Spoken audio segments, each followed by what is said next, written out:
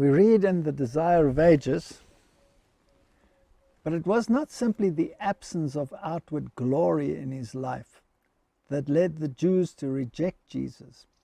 He was the embodiment of purity, and they were impure. He dwelt amongst men an example of spotless integrity. His blameless life flashed light upon their hearts.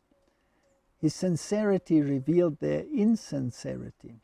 It made manifest the hollowness of their pretentious piety and discovered iniquity in them in its odious character. Such a light was unwelcome.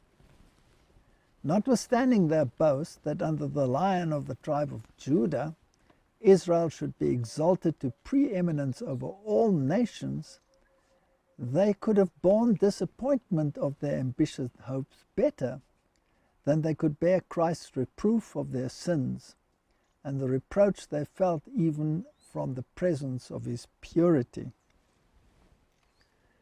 Now, isn't it interesting, Martin, that in this life, if someone does something good, they sarcastically call him a goody-goody two-shoes. That's it. If you are, they also, it's a goody two-shoes is also linked to a nerd almost. Yes. So there are all these terms that we apply to those that stand out for being good. That's it. And in a setting where people come together, especially youth, peer pressure, Yes. doesn't look kindly upon someone who is not willing to partake in a sinful activity. That's so true. Doesn't matter if it's in high school, college, wherever. If you are the one trying to do good, you will be the one that's going to bear the brunt. Yes, and the interesting thing is you look back and you say, well, I hope I wouldn't have done that, but we constantly do it. So we're just as guilty. We would have probably done worse than they did. Oh, for sure. The current we mustn't try and say, okay, no, Israel, we're not like that. We're actually worse, much worse.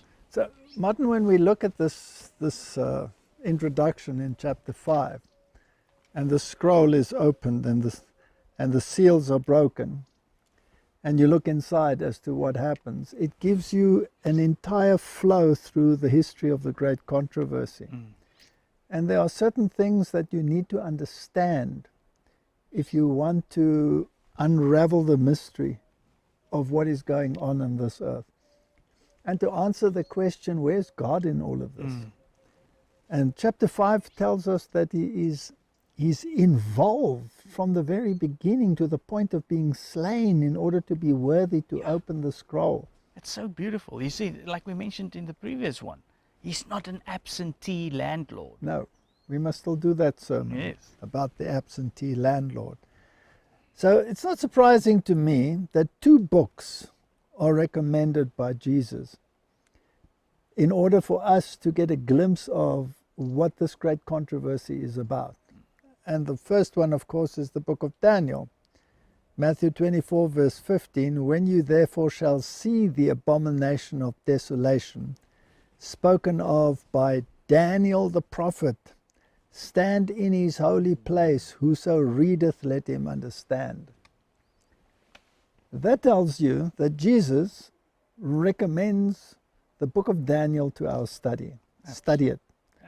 If you want to know what's going on, why the world is in the state, why setting up the kingdom of God among the nations, we did a whole series on that, remember?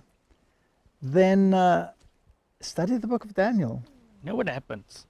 If you don't study the book of Daniel, then you also, like those young people that you want to ostracize the whole time, you're going to ostracize Christians that actually study that Bible, because they're going to be looking at the signs, and you're going to say, oh no, you're just fear-mongering the whole time. All right, and it's not only looking at the signs, you have to allow God to transform you.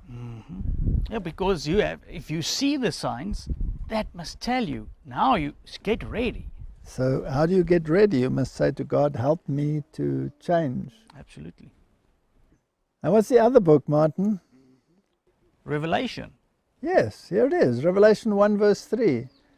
Blessed is he that readeth, and they that hear the words of this prophecy, and keep those things which are written therein, for the time is at hand. So here are two groups. He that readeth, in other words, those that study the book of Revelation, start to get a glimpse of what's going on and want to communicate it. Yes. And then the second group is those that hear the words of the prophecy through the communication, And then start adhering to it. and then keep those things which are written therein. What must you keep? Well, We need to know, right? yes. What is it that we need to keep? And what is it that we need to understand in order to keep it? And where can you find the answer? Where can you find the answer? So Daniel must be the key, Yes, and Revelation must be the revelation of the key. that's it. Okay. So here's another interesting quote. When the books of Daniel and Revelation are better understood, believers will have an entirely different religious experience. Have you noticed that?